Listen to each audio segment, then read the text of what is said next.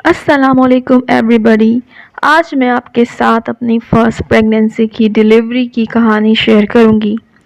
लेकिन इससे पहले मैं आपको एक डिस्क्लेमर देना चाहूँगी कि ये कहानी थोड़ी अनकंफर्टेबल है, लेकिन आपको मेरी कहानी और मेरे तजुर्बे से बहुत कुछ सीखने को मिलेगा। लेकिन फिर भी अगर आप सेंसिटिव हैं तो इस वीडियो को अवॉइड कर सकते हैं। So let's begin. दिसंबर 2017, जब मुझे पता चला कि मैं प्रेग्नेंट हूँ, मैं और मेरे हस्बैंड बहुत खुश हुए और फिर ये सफ़र शुरू हुआ। मेरी पूरी प्रेगनेंसी सब कुछ ठीक रहा, बस खून की बहुत कमी होती थी, जिसे ग़िज़ा और सप्लीमेंट और आयरन ड्रिप से पूरा कर लिया गया। इसके अलावा मुझे कोई और ख़ास मसला नहीं हुआ, अल्हम्दुलिल्लाह। लेकिन माई बैड लक कि किसी ने भी मेरी सही रहनुमाई नहीं की, ना घर वालों ने ना डॉक्टर ने। बदकिस्मती से किसी को इस मामले में सही इल्म था ही नहीं। सबके ऑपरेशन हुए थे, या फिर पुराने बुज़ुर्ग औरतों के बच्चे घर पर हुए थे, या तो उन औरतों के जो डॉक्टर थे वो बहुत अच्छे थे, यानी उस वक्त पुराने वक्त के डॉक्टर बहुत अच्छे, बहुत कोऑपरेटिव थे, और जो भी वो औरतें थीं पुरानी, वो काफ़ी बातें भूल चुकी थीं, जो उन्हें बाद में याद आती। तो फिर मुझे अंदाज़ा हुआ कि मुझे काफ़ी गलत किया जा चुका है। ये मामला लगता जितना आसान है, ये उतना ही कॉम्प्लिकेटेड है, क्योंकि अगर आप थ्रू आउट प्रेगनेंसी आप ठीक भी रहें, लेकिन डिलीवरी एक ऐसा मुश्किल मरहला है जिसमें आके आप फंस सकते हैं। सारे डॉक्टर्स बुरे नहीं होते, लेकिन स्पेशली पाकिस्तान के अंदर डॉक्टर्स इसी तरह से हैं कि डॉक्टर्स हर कोई चाहता है कि आप ऑपरेट करवाओ, आप सी सेक्शन करवाओ और बस फारिग हो जाओ। कोई भी नॉर्मल डिलीवरी की तरफ नहीं जाता। बहुत कम नॉर्मल डिलीवरी कराई जाती है, ज़्यादातर आपको सी सेक्शन ही रेकमेंड किया जाता है, क्योंकि ये डॉक्टर की लेज़ीनेस कह लें, सुस्ती कह लें, और क्योंकि नॉर्मल डिलीवरी में टाइम ज़्यादा लगता है और ऑपरेशन को आप स्केजुअल बना सकते हैं, और बड़े आराम से डॉक्टर्स जो हैं वो उस टाइम पे आके ऑपरेट करके अपने पैसे अपने साथ घर ले जा सकते हैं। फिर बात है कि हॉस्पिटल का कमीशन भी जुड़ा होता है। मेरी डॉक्टर ने भी मुझे मेरी बिल्कुल एग्जैक्टली ड्यू डेट जो थी उस पर बुला लिया कि हम आपको इंड्यूस करेंगे, और मैं बहुत रिग्रेट करती हूँ कि काश मैं वहाँ नहीं जाती। लेकिन फिर मैं ये भी सोचती हूँ कि अगर ऐसा नहीं हुआ होता तो मुझे आज ये सब इल्म, ये सारी नॉलेज नहीं मिल पाती, मैं सब कुछ नहीं ढूंढती। फिर मैं वहाँ चली गई और उसके बाद मुझे इंड्यूस किया गया। मुझे वजाइनल टैबलेट के ज़रिए, जो टैबलेट अंदर रखी जाती है, उस टैबलेट के ज़रिए मुझे इंड्यूस किया गया, और उस टैबलेट को हर दो से 3 घंटे बाद एक नई टैबलेट रखनी थी। तो रात में मुझे जब टैबलेट रखी गई तो मुझे पेन स्टार्ट हो गए। पेन आहिस्ता आहिस्ता बढ़ते गए, इंटेंसिटी बढ़ती गई और दर्द शदीद होता गया, और उसके बाद मुझे दूसरी टैबलेट रखी गई, उससे भी दर्द बढ़ता गया। बड़ी ही बुरी वो रात थी, और उसके बाद मुझे बार बार इंटरनल चेकअप्स भी बीच में हुए, और पता चला कि कोई डायलेशन नहीं हो रही, बहुत ही ज़्यादा स्लो डायलेशन हो रही है। डायलेशन में आपको बता दूं कि आपकी जो यूट्रस है, उसका जो मुंह होता है, सर्विक्स, वो आहिस्ता उसको उसके खुलने को डायलेशन कहते हैं। सुबह हो गई और सुबह ऐसा हुआ कि दर्द बिल्कुल रुक गए। ये एक बहुत बड़ा इंडिकेटर था कि my body is not ready, my baby is not ready. ना बच्चा तैयार है, ना जिस्म तैयार है कि डिलीवरी की जाए। अभी दिन हैं, अभी बच्चे को बनने में और दिन चाहिए, और हम उसको ज़बरदस्ती पोक कर रहे हैं, जिसका नतीजा बहुत ख़तरनाक हो सकता है। इस तरह मैं आपको आराम से स्टोरी सुना रही हूँ। ये सब कुछ इतना आसान नहीं था, ये सब कुछ बड़ा भयानक था, क्योंकि जो हम फॉल्स पेन देते हैं, ज़बरदस्ती के झूठे दर्द हम देते हैं, वो बहुत ज़्यादा शदीद और बहुत ज़्यादा इंटेंसिटी के होते हैं, जबकि नेचुरल लेबर एक बहुत नेचुरल प्रोसेस है और वो इस तरह से नहीं होता, और इतने उसके पेन भी शदीद होते हैं, पर इस तरह से उनमें नरमी भी होती है, उनमें एक तरीका भी होता है, एक रिदम होता है उनके अंदर, और उस पेन से आपको इफ़ेक्ट भी होता है। नेचुरल जो आपको कुदरती दर्द आते हैं अल्लाह की तरफ से, उसमें आप डायलेटेड भी होते हो, आपका प्रोसेस जो है, आपका प्रोग्रेस भी होता है, आपका बेबी नीचे आता है और डिलीवर हो जाता है। लेकिन वक्त से पहले जब हम किसी को इंड्यूस करते हैं तो उसका उल्टा ही असर होता है। और बच्चा और बल्कि अकड़ जाता है। फिर जब मेरे दर्द रुक गए सुबह, तो मैंने चाहा कि मैं घर चली जाऊं, लेकिन डॉक्टर ने मुझे उस वक्त डरा दिया कि नहीं नहीं नहीं नहीं, अब तो तुम्हारे और टैबलेट हम रख के देखते हैं, अब तुम घर नहीं जा सकती और ये और वो। और फिर मैंने अपनी दोबारा से टैबलेट रखवाई और बार बार वो लोग इंटरनल चेकअप कर रहे थे, जिसकी वजह से मेरी जो नीचे था वो सब सूज गया था बार बार हाथ लगने से, क्योंकि it is very sensitive place. तो बार बार इस तरह से सूज जाने की वजह से भी बेबी कैसे डिलीवर होगा? आपको खुद से ये सवाल होना चाहिए कि बेबी को फिर अगर डायलेशन हो भी गई तो बेबी को बाहर आने में मसला होगा। आप ज़बरदस्ती एक इंसान के पीछे लग जाओगे, और ये सिर्फ मेरे साथ नहीं हुआ, मैंने बहुत सारी स्टोरी सुन चुकी हूँ मैं कि ज़बरदस्ती वक्त से पहले इंडक्शन का नतीजा आखिर में यही होता है। उसके बाद जब थर्ड टैबलेट रखने के बाद भी थोड़ी बहुत डायलेशन हुई, ज़्यादा नहीं हुई और स्वेलिंग भी आने लगी, तो उसके बाद मुझे पिटोसिन की ड्रिप लगाई गई। पिटोसिन की ड्रिप मैं बिल्कुल मना करूँगी। पिटोसिन की पूरी पूरी ड्रिप जो औरतों को चढ़ा दी जाती है, वो एक बहुत ख़तरनाक चीज़ है जो जिस्म और औरत के जिस्म को और बच्चे के जिस्म को और अकड़ा देती है। बच्चा इसमें मेकोनियम भी कर सकता है, जिसे कहते हैं कि बच्चा पेट में ही फीसिस कर लेता है और फिर बच्चे की भी जान को बन आती है। बच्चा डिस्ट्रेस हो सकता है और बच्चा आपका मर भी सकता है। और वो ड्रिप में जो मैं तड़पी हूँ दर्द से, वो मैं ही जानती हूँ। मुझे, क्योंकि ज़बरदस्ती जब आपको दर्द दिए जाते हैं तो वह दर्द बड़े अज़ियतनाक होता है। मेरी बैक पेन मुझे आता था मेरी स्पाइनल कॉर्ड में, मेरी रीढ़ की हड्डी में, और वो मैं उछल जाती थी बेड से, इतना वो सख्त तकलीफ़ थी। और इसके साथ मैं आपको बताती चलूँ कि मेरा पानी बंद था, मेरा खाना बंद था।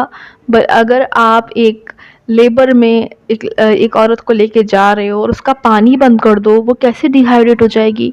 3 दिन हो चुके थे डिहाइड्रेशन, बहुत ज़्यादा डिहाइड्रेशन थी। अब मैं थर्ड डे की बात बता रही हूँ। जब मुझे ड्रिप लगी तो मैं बहुत तकलीफ़ से, अज़ियत से तड़पने लगी। मैं पानी भी मांग रही थी और खाना मांग रही थी, पर अफ़सोस की बात है कि मुझे खाना और पानी नहीं दिया जा रहा था। वहाँ पे उस वक्त सिर्फ मेरे इन-लॉज़ मौजूद थे और मेरे इन-लॉज़ को बहुत डॉक्टर ने डरा दिया गया था। लेकिन मैं हैरान थी, मैं उनको इशारे से कह रही थी जिस दर्द में तड़प के, कि क्या हो गया, कि आप लोगों को डिहाइड्रेशन के बारे में भी कुछ नहीं पता कि अगर मैं पानी मांग रही हूँ तो चुपके से मुझे पिला दिया जाए। मतलब मेरा उनसे मैच नहीं बन पा रहा था। मेरा माइंड उनसे नहीं मैच हो पा रहा था उस वक्त। मुझे सब पे बहुत तेज़ गुस्सा आ रहा था, क्योंकि उस तकलीफ़ से जो गुज़र रहा होता है उसी को पता होता है। फिर हुआ ये कि मेरी पूरी बॉडी अचानक से शिवर करने लगी, बहुत बुरी तरह। उस वक्त मैं लेबर रूम में ही मौजूद थी, लेबर बेड पर। इतने में नर्स आई और उसने मुझे कंबल उड़ा दिया। तो डॉक्टर ने कहा, तुम इसको कंबल क्यों उड़ा रही हो, इसको पसीने आ रहे हैं। तो नर्स ने कहा, तो फिर ये इतनी बुरी तरह कांप क्यों रही है, पूरा बेड हिल रहा है। तो डॉक्टर ने कहा, क्योंकि इसकी एनर्जी पूरी तरह ख़त्म हो चुकी है।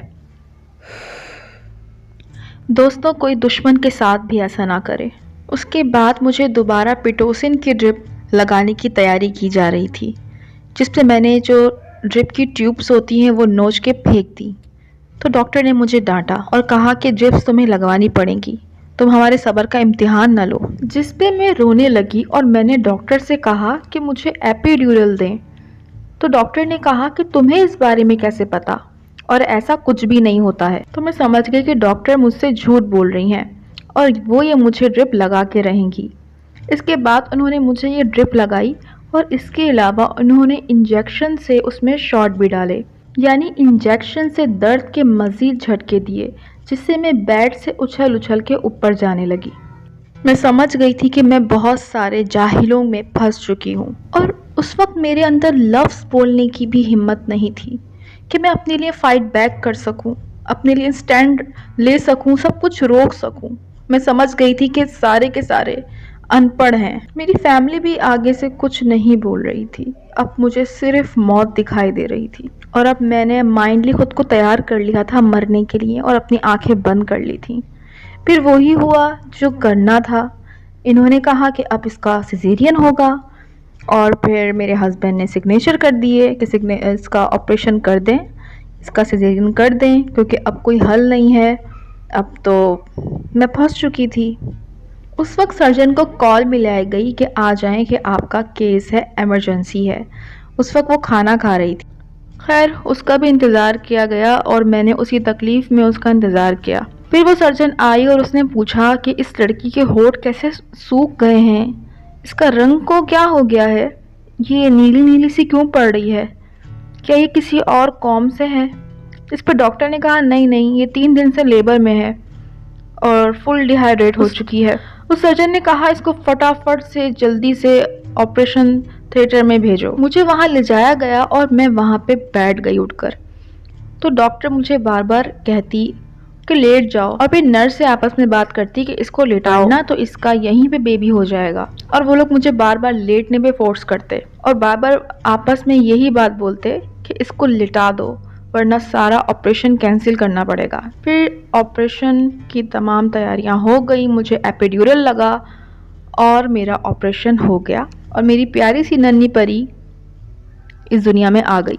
लेकिन जिस ट्रॉमा से मैं गुजरी और जो मेरा हाल हो चुका था वो बड़ा ही बेहाल था। मुझे यूरिन बैग लगा था और उसमें दिखाई दे रहा था कि मेरा यूरिन रेड कलर का हो चुका है, मैं इतनी डिहाइड्रेट हो चुकी थी। फ्रेंड्स, ऑपरेशन के बाद जब थोड़ी देर बाद खड़ा करते हैं तो इंसान नॉर्मल खड़ा हो जाता है, लेकिन मैं खड़ी नहीं हो पा रही थी, मैं सांस नहीं ले पा रही थी। जैसी मैं उठती तो मैं ऐसे करती, दर्द ले लेके मेरे फेफड़े ख़त्म हो गए थे। मेरे दोनों लंग्स पे बहुत प्रेशर पड़ा था क्योंकि वो लेबर पेन बड़ा इंटेंस था जिसने मेरे फेफड़ों को हिला के रख दिया था और ऊपर से जहनी ट्रॉमा जिससे मैं गुजरी। इस लेबर के बाद पोस्टमार्टम का वक्त आता है और पोस्टमार्टम का डिप्रेशन अलग ही होता है जब बेबी भी आपके साथ होता है और आपकी कंडीशन भी काफ़ी ख़राब होती है। और मेरी कंडीशन तो उस वक्त ख़त्म थी। मुझे बेइंतहा पसीना आता था जिससे पता चलता था कि मेरे अंदर के नमकियात ख़त्म हो चुके हैं। मैं जैसी खड़ी होती थी और बड़ी मुश्किल से खड़ी होती थी, मुझे सांस नहीं आती थी, मेरे फेफड़ों पे बहुत ज़ोर पड़ता था और खड़ी होते ही मैं इस तरह से करती थी। मुझे आपको लिटरली मैं आपको बताना चाह रही हूँ कि मैं क्या करती थी। मेरा दिल जल चुका था अंदर से। खैर मैं फिर आहिस्ता आहिस्ता हील होना शुरू। उसके बाद ये हुआ कि जब मेरी बेटी 1.25 महीना या 2 महीने की हुई तो उसका जो सर था, उसकी जो स्कैल्प थी, उसके अंदर पानी पानी सा जमा होना शुरू हो गया। फिर हम उसको एक न्यूरोलॉजिस्ट के पास ले गए। मैं काफ़ी परेशान थी, लेकिन बाद में पता चला कि जिन औरतों का लेबर काफ़ी बुरा गुजरता है, काफ़ी इंटेंस, और वो काफ़ी दिनों तक लेबर में रहती हैं तो उनके बच्चे के साथ ये प्रॉब्लम हो जाती है। मेरी बेटी की वो प्रॉब्लम्स अपने आप ही 2 वीक्स में सही हो गई। मेरा ये ट्रॉमा आगे जाके मेरी ताकत बना और मैंने अपने दूसरे बच्चे में वीबैक अचीव किया, यानी ऑपरेशन के बाद नॉर्मल डिलीवरी अचीव की। बहुत सारी नॉलेज और एजुकेशन जमा करने के बाद, बहुत सारा प्रूफ जमा करने के बाद, हर चीज़ को डिटेल में पढ़ने के बाद, और उसके बाद यही चीज़ मेरी ताकत बन गई। मेरी पर्सनैलिटी भी बिल्कुल बदल गई। आप लोगों को भी मैं बहुत कुछ बताना और सिखाना चाहती हूँ इंशाअल्लाह ताला। मैं पूरी कोशिश करूँगी कि आप तक सही और एक्यूरेट नॉलेज और ट्रू फैक्ट्स डिलीवर कर सकूँ। और मैं आपसे इंशाअल्लाह अपनी वीबैक स्टोरी भी ज़रूर शेयर करूँगी, यानी अपनी नॉर्मल डिलीवरी की, दूसरी प्रेगनेंसी की स्टोरी ज़रूर शेयर करूँगी। अगर आपको वीडियो अच्छी लगी हो तो वीडियो को लाइक करें और अगर मुझसे जुड़ना चाहते हैं तो चैनल को सब्सक्राइब करें और बेल आइकन को प्रेस करें और इस चैनल को अपने प्यारों के साथ शेयर करें।